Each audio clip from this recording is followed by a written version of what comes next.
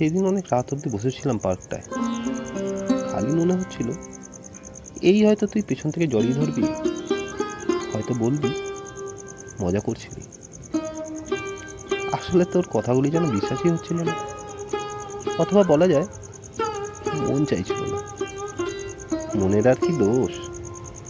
ভালোবাসার মানুষকে সমস্ত শক্তি দিয়ে আটকে রাখতে চায়, কিন্তু ভুলে যায় কল্পনায় যে জীবন সুন্দর, বাস্তবে সে বড়ই কঠোর।